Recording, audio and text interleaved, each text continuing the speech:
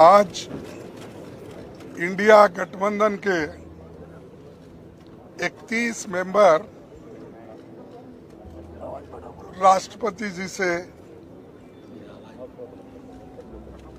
हम मिले और मणिपुर में जो घटनाएं घट रही है उसके बारे में जो वहाँ एक इंडिया गठबंधन के लोग 21 लोग डेलीगेशन में गए थे। हर पार्टी के नेता लोग उसमें शामिल हुए। वो खुद ही आंखों से जो वहाँ की स्थिति को देखे हैं वो पूरा हमारे राष्ट्रपति जी को बताए और हमने एक मेमोरेंडम भी उनको पेश किया और किस ढंग से अब तक वहाँ पर घटनाएं घट रही है, खासकर महिलाओं के ऊपर अत्याचार, स्त्रियों का जो नंगा परेड किया गया, 5000 घर जलाए गए और हमारे 200 से ज़्यादा लोग मर चुके हैं और 500 से ज़्यादा घायल हो चुके हैं।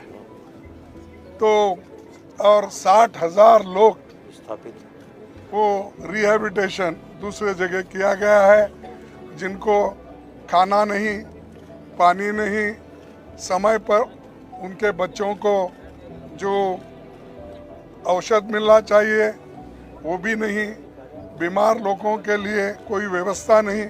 ऐसी परिस्थिति में वहाँ लोग रह रहे हैं। तो इसीलिए हम राष्ट्रपति का ध्यान खींचने के लिए हम सभी मिले। उन्होंने कहा ये जो आपका मेमोरेंडम है मैं इसके बारे में सोचूंगी, ऐसा उन्होंने आश्वासन दिया है। और हम सारे भारत के जनता को ये बताना चाहते थे सदन में बहस करके, और रूल 267 के तहत राज्यसभा में और लोकसभा में एडजर्नमेंट मोशन लाकर नो कॉन्फिडेंस बाद में की। तो लोकसभा में एडजर्नमेंट मोशन और राज्यसभा में 267 ये हम बार बार लाते गए और राज्यसभा में तो कम से कम 65 लोग रोज 267 में नोटिस देते थे, लेकिन उसको सरकार रिजेक्ट करती थी, बोलने नहीं देती थी। ये एक वहाँ पर स्थिति बनी। और दूसरा, लोकसभा में जब एडजर्नमेंट मोशन देख कर थक गए थे तो आखिरी में अपनी बात रखने के लिए उन्होंने नो कॉन्फिडेंस मोशन मूव किया गया है और वो आज लेना था, लेकिन ये आखिरी में रखकर ये भी उन्होंने तय कर लिया है कि 8-9 2 दिन इसका बहस चले, फिर 1 दिन रिप्लाई दिए और हाउस एडजर्न हो जाएगा। तो मकसद क्या है, चीज़ों को डिस्कस करने नहीं देना, समय नहीं देना, ये एक मकसद सरकार का है। और आखिरी में वो रिप्लाई देकर चले जाएंगे। तो हम इसीलिए हम चाहते थे कि जल्द से जल्द उसको चर्चा में लाना चाहते थे, ताकि हम उसको फिर काउंटर रिप्लाई और हमारे पास जो भी इंफॉर्मेशन है वो शेयर करना चाहते, वो भी मौका हमको मिलने वाला नहीं है, ऐसा मुझे दिख रहा है। अब राज्यसभा में भी बार बार हम उठा रहे, वहाँ पर भी यही स्थिति है, हमको बोलने नहीं दे रहे, यहाँ तक कि मेरे माइक को उठते ही ऑफ कर देते हैं। अपोजिशन पार्टी के लीडर को जितना रूलिंग पार्टी के लीडर को महत्व देते हैं, हाउस ऑफ द लीडर को, उतना ही हमको महत्व देते हैं। ये आश्वासन हमारे चेयरमैन साहब ने हमको दिया था।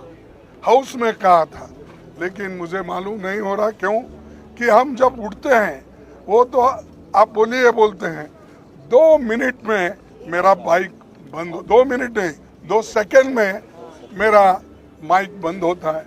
तो इससे यही जाहिर होता है कि डेमोक्रेटिक मेथड्स और डेमोक्रेसी के तहत ये लोग चलना नहीं चाहते, संविधान को बचाना नहीं चाहते और डेमोक्रेसी के उसूलों के तहत चलना नहीं चाहते। तो इसलिए हम एक होकर मजबूती के साथ लड़ रहे और लड़ते रहेंगे। और दूसरी बात भी हम वहाँ पर बताए, जो वहाँ पर सरकारी मुझे कहाँ से वहाँ पर वेपन आ रहे, मुझे हमारे ललन सिंह साहब ने बताया कि जो वहाँ पर हजारों वेपन्स आ रहे हैं, सोफिस्टिकेटेड वेपन्स आ रहे हैं, कहाँ से आ रहे हैं? वो सब प्राइवेट लोगों के पास है। और जब 2 कम्युनिटी, मैती कम्युनिटी और कुकी कम्युनिटी, ये दोनों में अब जो लड़ाई चल रही है, इसको शांति के साथ रखना है तो प्रधानमंत्री वहाँ पर विजिट करना चाहिए था। 92 दिन हुए, अब तक वहाँ नहीं गए, उसके बारे में बोले नहीं, लास्ट में एक भाषण देंगे चले जाएंगे। तो ये बड़ी दुख की बात है। और पार्लियामेंट में ये नया नहीं है, 267 या एडजर्नमेंट मोशन, ये हमेशा पहले देते गए हैं। हमारे पास मैं पढ़ के बता सकता हूँ, लेकिन समय की अभाव से मैं नहीं कहूँगा। 13-13, 14-14 ऐसे उदाहरण हैं जिसमें 267 को परमिशन दिया गया है, सारा बिजनेस स्टॉप करके डिस्कशन लिया गया है।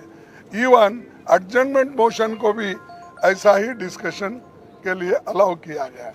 लेकिन ये सरकार ना डिस्कशन को अलाउ कर रही, ना किसी बात सुनने के लिए भी तैयार नहीं है। ये एक।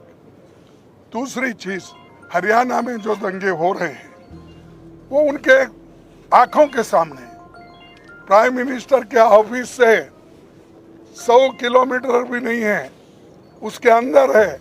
वहां पर इतनी गड़बड़ी चल रही है, लोगों को जाके मार रहे हैं। ये कहाँ का रोल है? अरे दिल्ली से नजदीक राज्य में भी ऐसा होता है तो वो कोई उसका संज्ञान भी नहीं लेते, और ये दूर की बात तो अलग है। तो इसीलिए हम इस सारी चीज़ों को वहाँ पर बताएं, चाहे हरियाणा का हो, और मणिपुर का मुद्दा तो 92 डे से हम उठा रहे हैं, वो भी है।